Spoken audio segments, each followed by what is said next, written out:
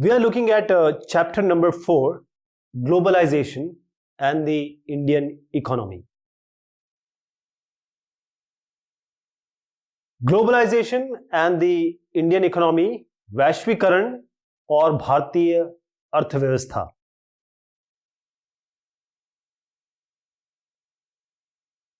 Globalization, there is a concept that when something is made in, say, country 1 and it is being sent in different countries. So something is manufactured here and it goes here.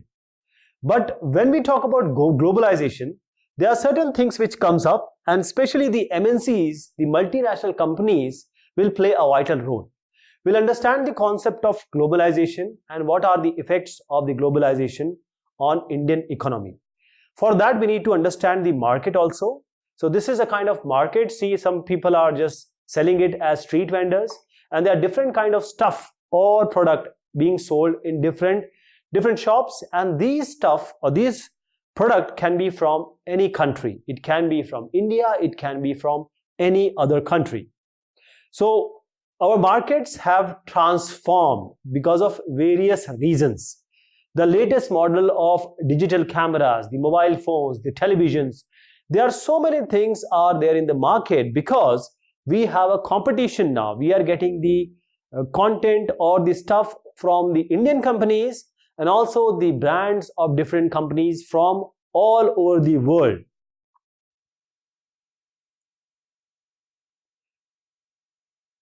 When we talk about production across countries, let me take you to an example first. There is a large MNC. I'll talk about this MNC just now. It's multinational company. Multinational company, multi means more than one. Nation means country, and company which provides or which manufactures or which provides services. So a large MNC, it is producing an industrial equipment, designs it equipment in research centers in United States. So the first point is designing. It is done in United States. Then the components which are manufactured on this design are done in China. Then they are shipped to Mexico and Eastern Europe where they are assembled. Then the finished products are sold all over the world, and the company, when the customer buys it, so customer may have some problem or some issues or some guarantee related stuff, they may discuss it with the BPO, that is the customer care, and this customer care is located in India. So this is a call center which is in Bangalore, and it has all the latest telecommunication facilities, also the internet, to provide support to all over world customer of this MNC. So what do we get? What do we find with this discussion? First of all, US. The research is done in US. Then, on the basis of this research and design, the components are made in China. Then, they are shipped to Mexico and the Eastern Europe. Then, these are assembled here. And finally, the BPO, that is the customer care. Customer care is in India. Okay. Now, this company is working, manufacturing and assembling in different countries.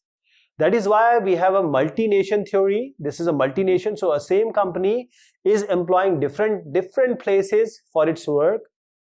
This company is an MNC. This is a multinational company. So the production is across countries. Only US is not producing or only China is not producing. The company is producing and doing all sorts of activities everywhere, every place, different, and it depends on the various favorable conditions. It may be labor, it may be the policies of the government.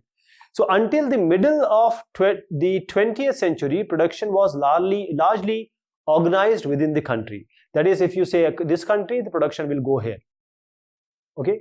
Now colonies like India, we will export the raw material, foodstuff and imported finished goods, and trade was the main channel connecting the distant country like the China and India, etc. So this was done before large companies, that is the MNC corporation, multinational corporation or multinational companies emerged on the scene. So what is an MNC? Again, it is a company that owns and control. So owns and control production in more than one nation. MNCs, they set up their offices, they set up their factories. So this MNC, whatever you say, the name is say X will have the offices and factories in China, in Mexico, etc. And the reason is, wherever they get cheap labor, wherever they get resources,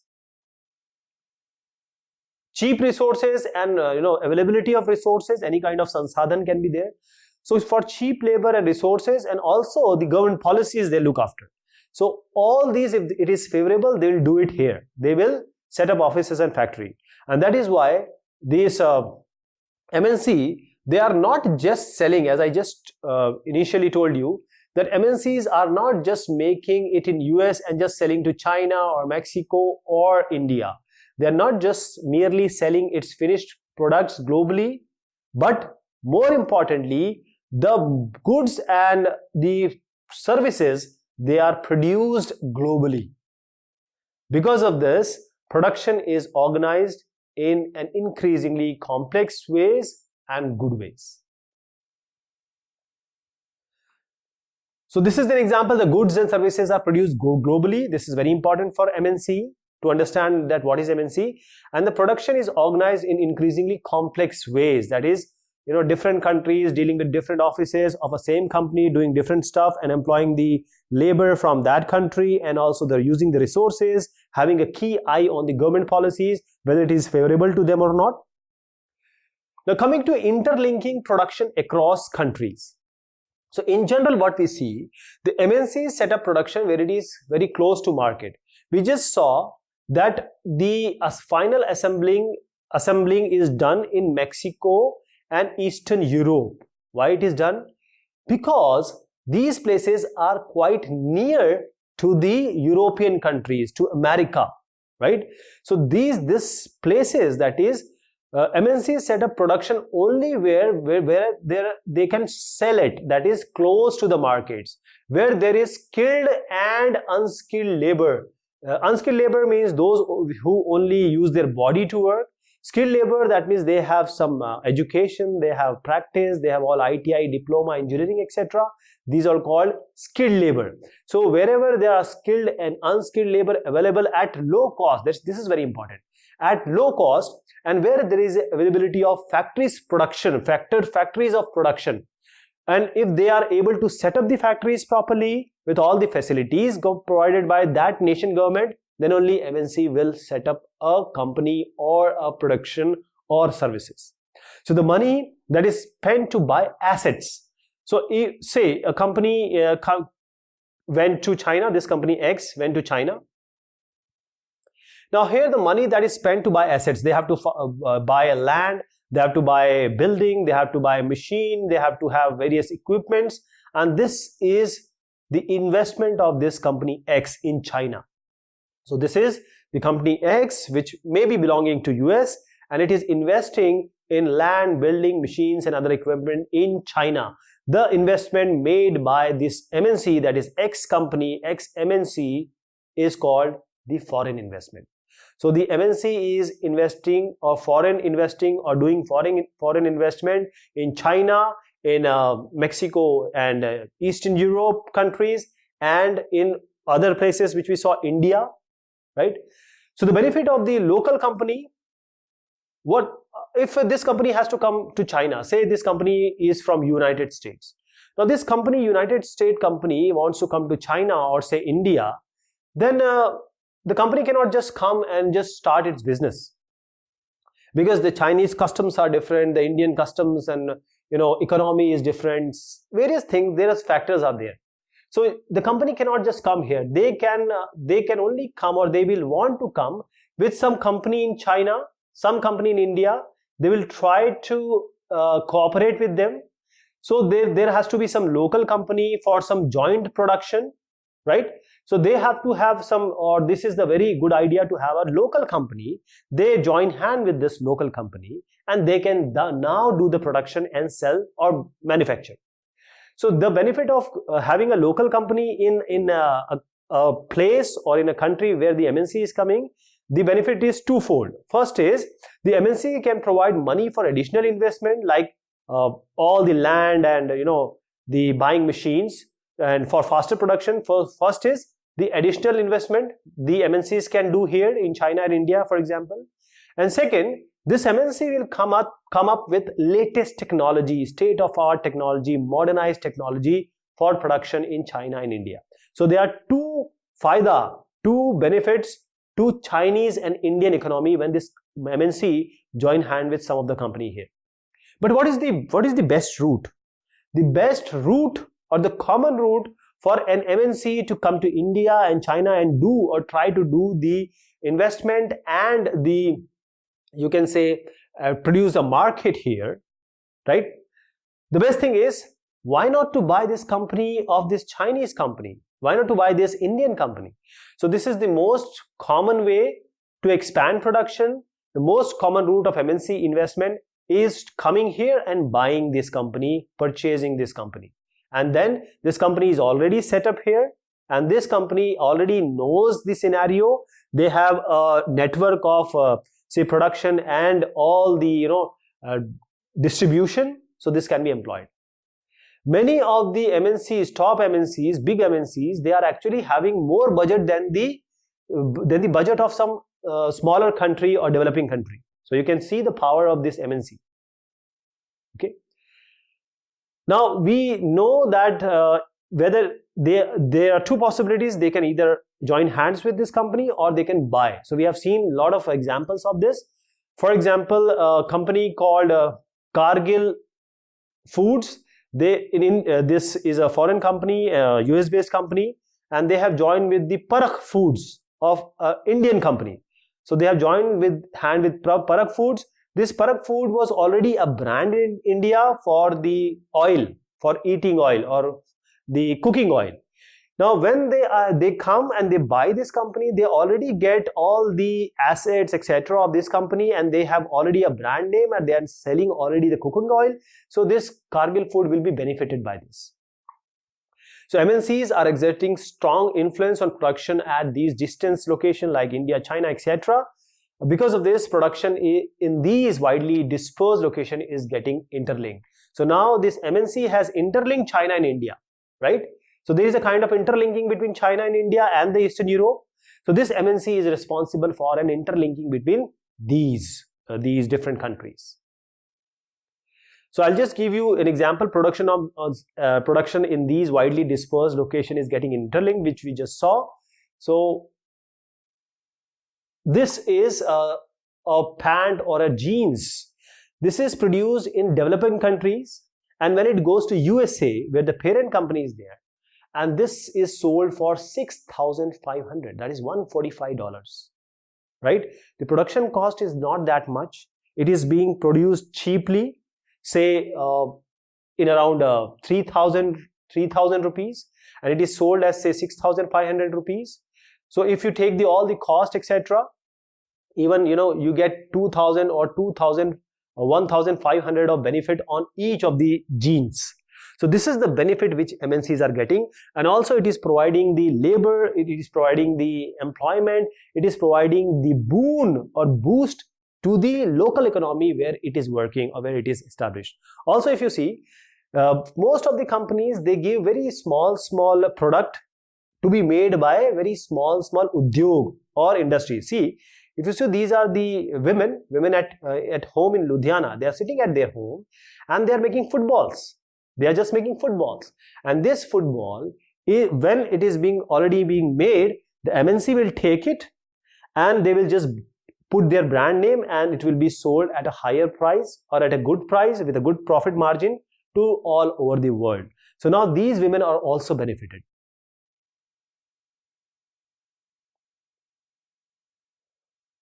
Foreign trade and integration of markets. Before that, I'll take you to one more example of this MNC. Ford Motors, it's an American company and one largest automobile manufacturers, and the production is spread across 26 countries. 26 countries. So this Ford Motor came to India in 1995, spent around 1700 crores, and it set up a very huge plant in Chennai. And the combination or collaboration the Ford Motors did with Mahindra and Mahindra. Mahindra is also a giant. It's a major Indian manufacturer of jeeps and trucks. And by the year 2004, this Ford Motors was selling 27,000 cars in Indian market. So MNC Ford combined with or collaborated with Mahindra and Mahindra. Mahindra was already established in India. So now they are selling 27,000. This is 2004 Ankara or statistics. Indian markets, while 24,000 it is exporting, 27,000 it is selling in India, 24,000 it is exporting from India to different countries like South Africa, Mexico, Brazil.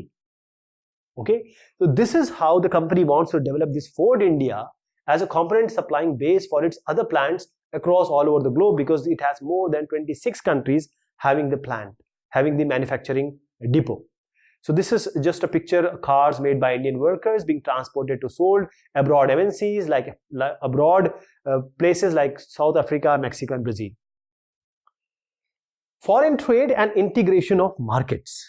Foreign trade and integration of market, what does it mean? Foreign trade means if you have country 1 and country 2 and they are doing some trade, that is selling something here, buying something here, or ayat, niryat, import, export, all this comes under foreign trade. So foreign trade creates an opportunity for the producers to reach beyond the domestic market. Say if this is, again I'll take an example of India and China. Those who are producing here, India, they are local, but when they are going here and selling it, it will be, these producers are going beyond the domestic market. They are going beyond Indian market. That is the market of their own countries they are selling, but they are going to another market. This is the foreign trade. And how the integration of market is done? When you are producing it here and selling it, when the Chinese are producing here and selling it, so there is an integration of markets. For the buyers, what happens to the buyers? That is the Ubhokta or the consumers. The import of goods produced in another country is one way of expanding the choice of goods beyond what is domestically produced. That is, if say China is producing something, say khilona or toys. Now these toys are coming to India. Now Indian companies say this is toy from China, and Indian companies are producing, so this is toy from India. So now a customer, if the Chinese Chinese trade was not there, the Indian consumer will only have an option of Indian toys. But when the Chinese toys has come to India, this guy or this person has an option of two options, toy from China and toy from India. So now the options have increased for the Ubhokta or consumers also. So now opening of this trade between different countries, the goods or the products travel from one country to another, or you can say one market to another. So this is the foreign trade. It results in connecting the market, or you can say these markets are now interconnected, or there is an integration of markets of different countries. This is what I was trying to suggest, the Chinese toys in India. So what we will see here, that these are the Chinese toys in India, and what are the benefits and what may be the losses here. So Chinese manufacturer, they found an opportunity to export toys in India, where toys are sold at higher price. Indian toys were quite higher in the price. So they started exporting plastic toys to India. Now the buyers in India, the consumers in India, they have option. They have option of Indian toys and Chinese toys. And then when they are having the toys or availability of toys as cheaper and with good design, the Chinese toys became very popular in Indian markets. And within a year, 70 to 80% of the toy shops have now replaced Indian toys with the Chinese toys. Because toys, these are cheaper and they are of good quality also. So what is happening here? What situation which we see? First of all, because of this trade result toy, Chinese toys have already grabbed the Indian market. And there is a competition between Indian and Chinese toys now. Chinese toys are proving better. Now, Indian buyers have a greater choice also. So there are different things you have to understand. For the Chinese toy makers, this provides an opportunity to expand business also. But the opposite for the Indian is that the opposite is true for Indian market. How? Because the Indian producers of the toy, they are facing losses. They have to sell the toys in a less price in order to be in the market, in order to be in competition with the Chinese toys.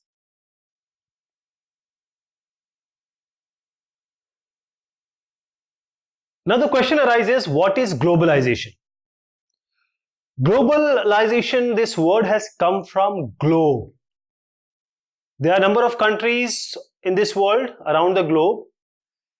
All these countries, when they are kind of integrated in terms of trade, in terms of transaction, in terms of ayat, niryat, import, export. So a large part of the foreign trade is controlled by MNC, as we have already seen, multinational corporations. And the result of this great foreign trade from one country to another and third country like this has been greater foreign trade. This greater integration of production and market across the countries has taken place.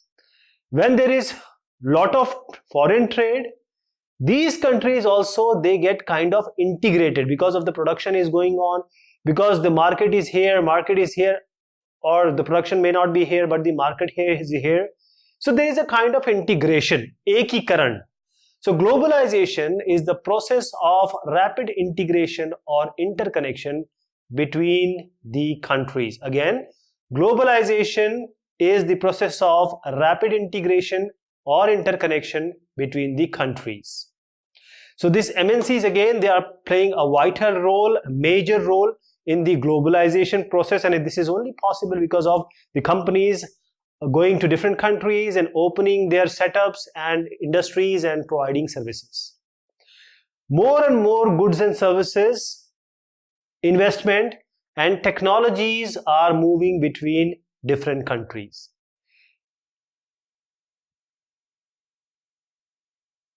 So globalization, again, let me tell you again, globalization is the process of rapid integration or interconnection between the countries, and more goods and services, investments and technology, they are moving between the countries.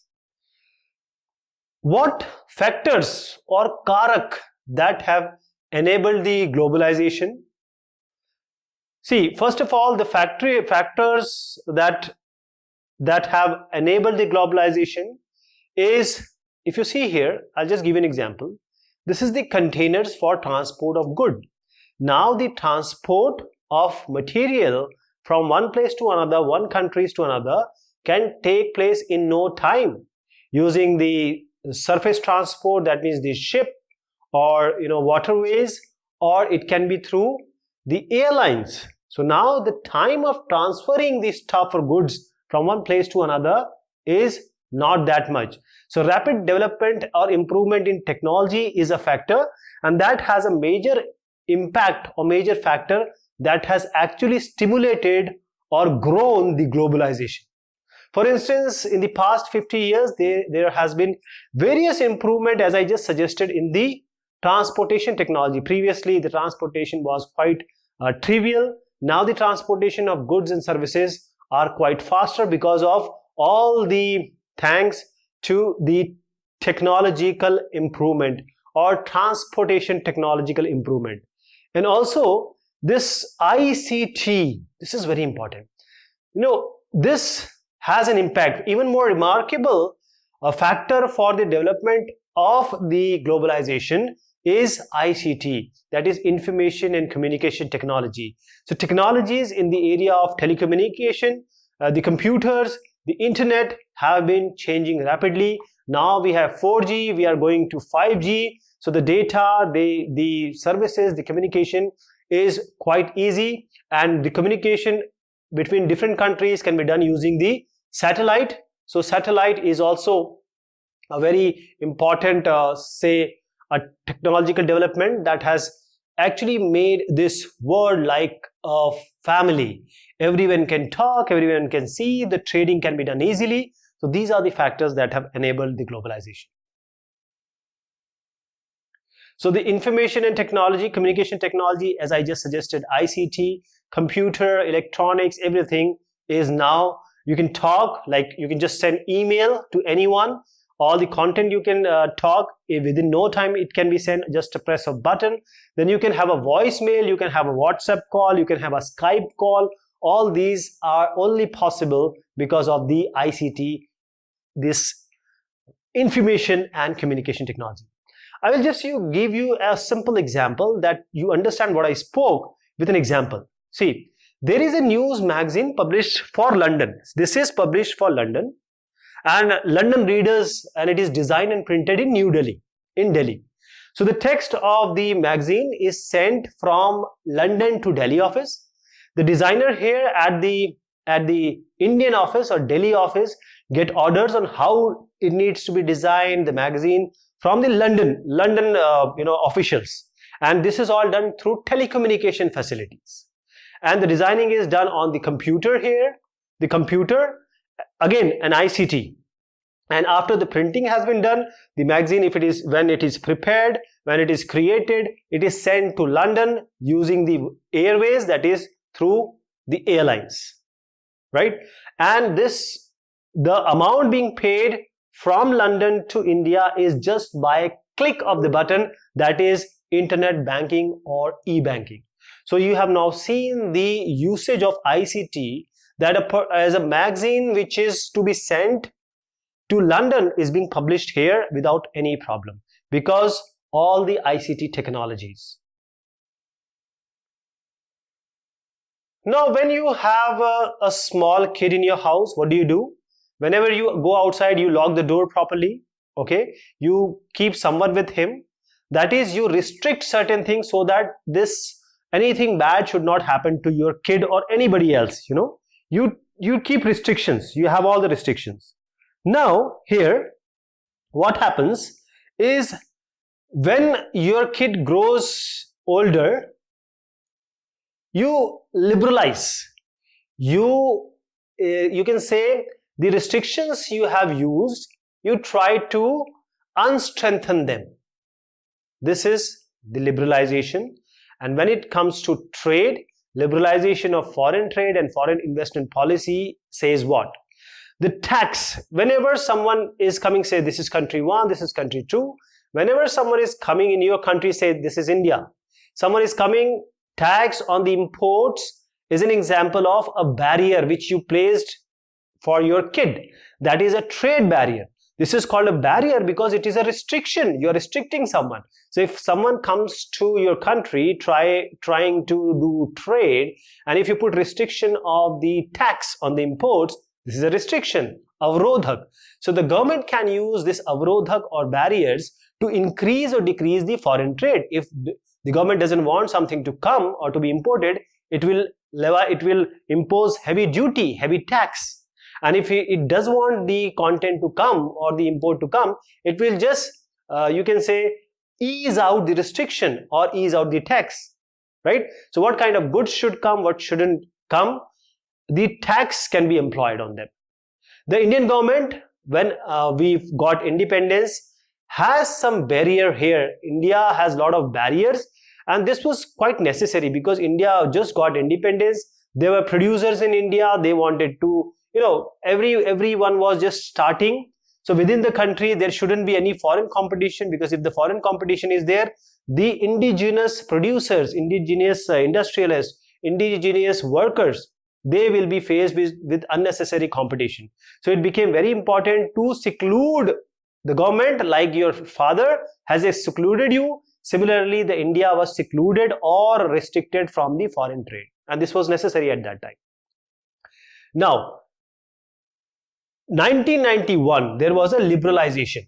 1950s, 1960s, it started, means all the restriction, etc. Only the important item like machinery, fertilizers and petroleum were only imported. But starting in 1991, the liberalization started. The government now thought that now our industrialists and the producers, now they are ready to face the world. So barrier to foreign trade and foreign investment was removed to a large extent, or you can say the barriers were eased out. That means that goods now can be imported from another country and exported also to the foreign companies. The companies can come here, set up their offices here, set up their karyalay, and factories. So removing these barriers and restrictions set by the government is called as liberalization. Again, removing barriers or restrictions set by the government is what is called the liberalization, right?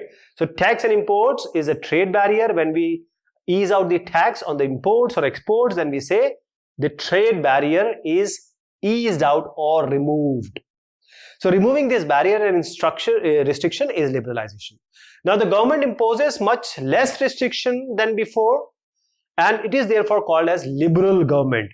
And the liberal government, when you have a liberal government, the people, the industrialists, the MNCs can come to your country. Now they have to face less kind of paperwork, less tax. So now they are ready to help your economy by industries establishment, by institutional obligation, and providing employment to the people out here.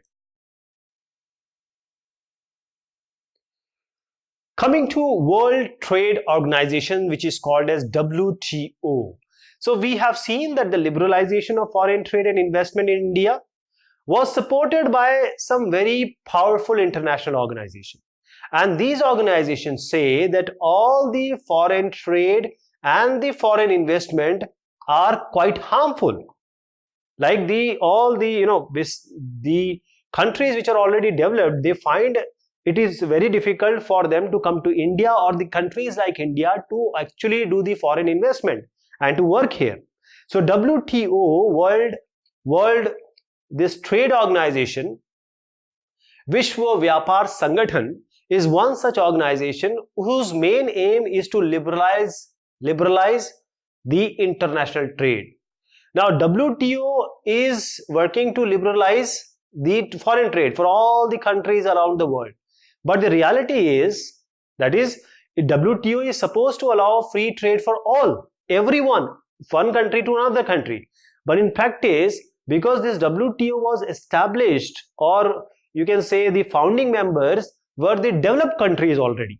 So they were developed countries. Now these developed countries has unfairly retained trade barriers. That is, say United States. Say United States had already kept the barrier, and now these countries want India and other countries, developing countries, to ease out the barriers. That means they can easily come and do the trade here, but those people who want from, or the industrialists, or those you can say the MNCs, they want to go here and work, the barriers are still there.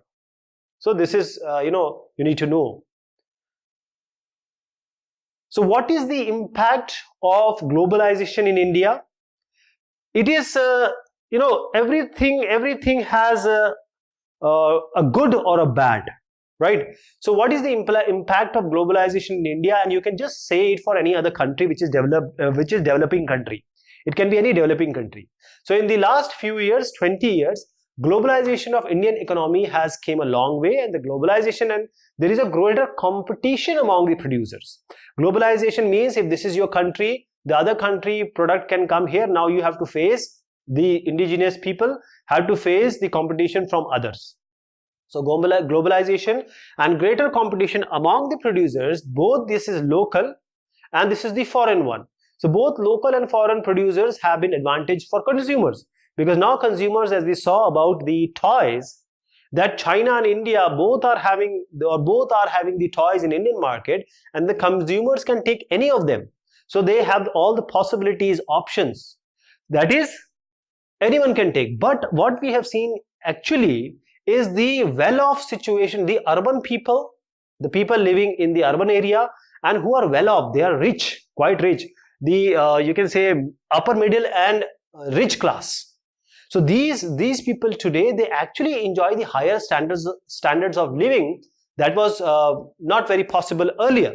So MNCs has increased their investment in India, as we see, over past few years, namely 20 to 30 years, which means investing in India is quite beneficial for them. So several of the top Indian companies, they have also been benefited from the increased competition, because they have become a part of that MNCs, or they are having, say, collective work with the coming industries. And globalization has enabled some large Indian companies to emerge as MNCs themselves. So there are companies in India who has emerged as MNCs because of this globalization. Now these MNCs, countries say we have Reliance, we have Mahindra and Mahindra, we have say Adani Group. Now they have all the other countries where they have established industries and they are working. Okay, various countries their establishment is there.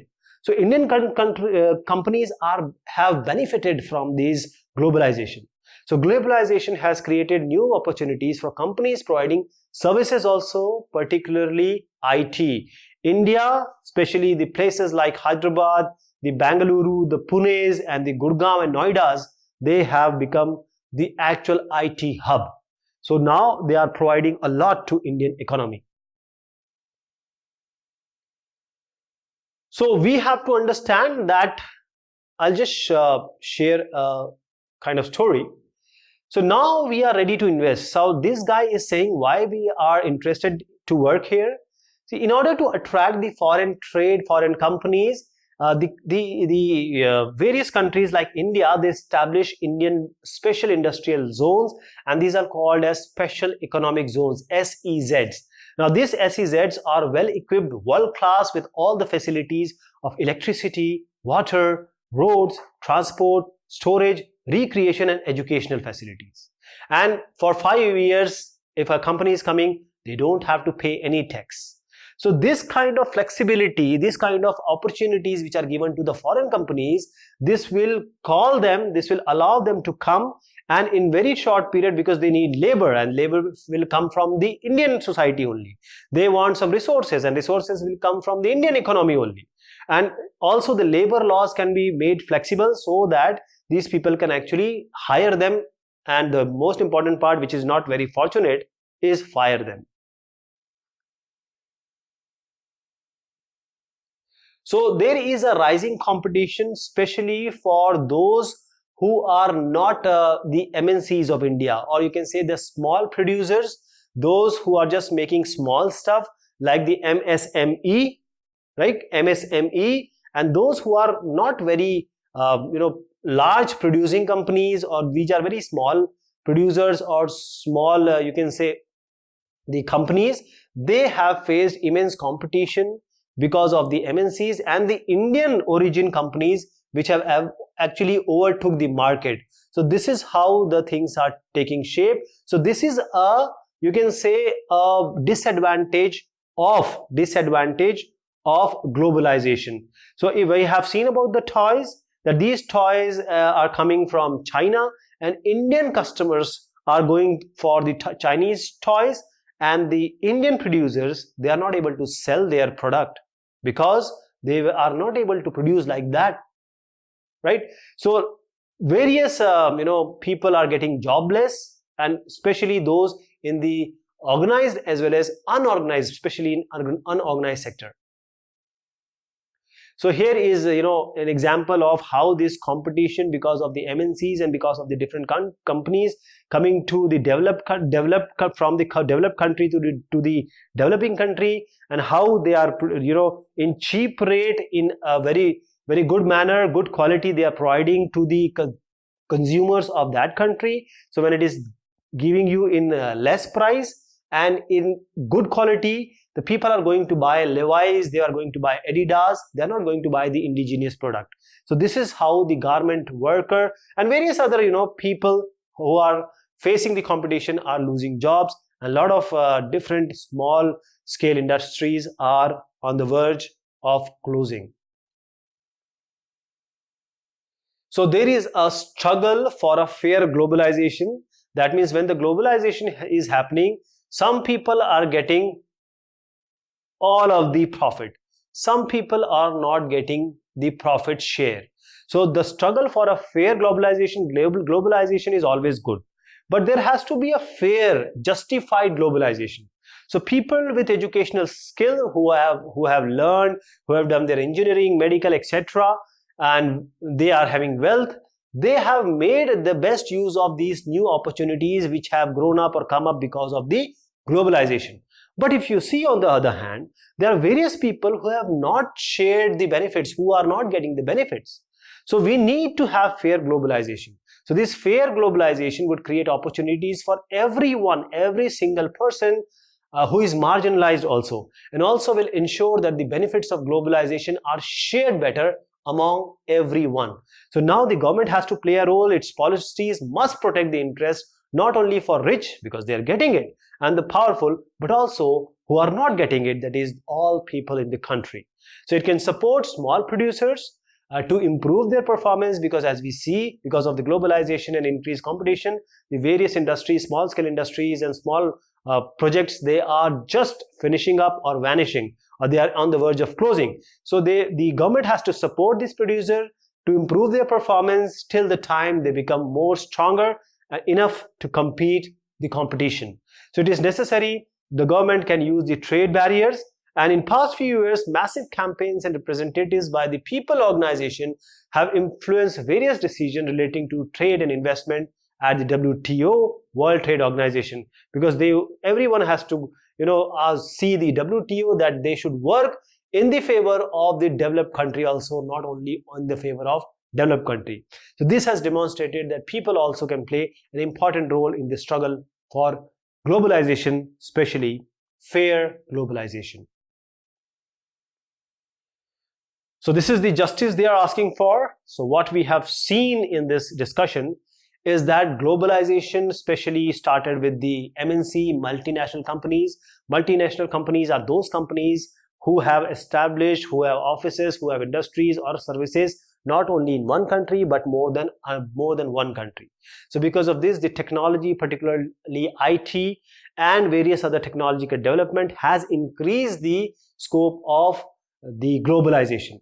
And then we talked about the liberalization in India. It took place from 1991, and because the barriers have been eased, now there is greater level of interaction between the countries and the import and export. Now WTO is an organization which has all the possibility of restricting or imposing the barrier. So it is specially saying that the less barrier it is, less good the transaction or the foreign trade and foreign investment will be there. And the basic thing is, because of the various competition going on there, the developed country is facing a kind of tough competition, and there is not a justified output from the globalization. So everyone has to get equal share, and the government and the WTO and one of us has to work for that.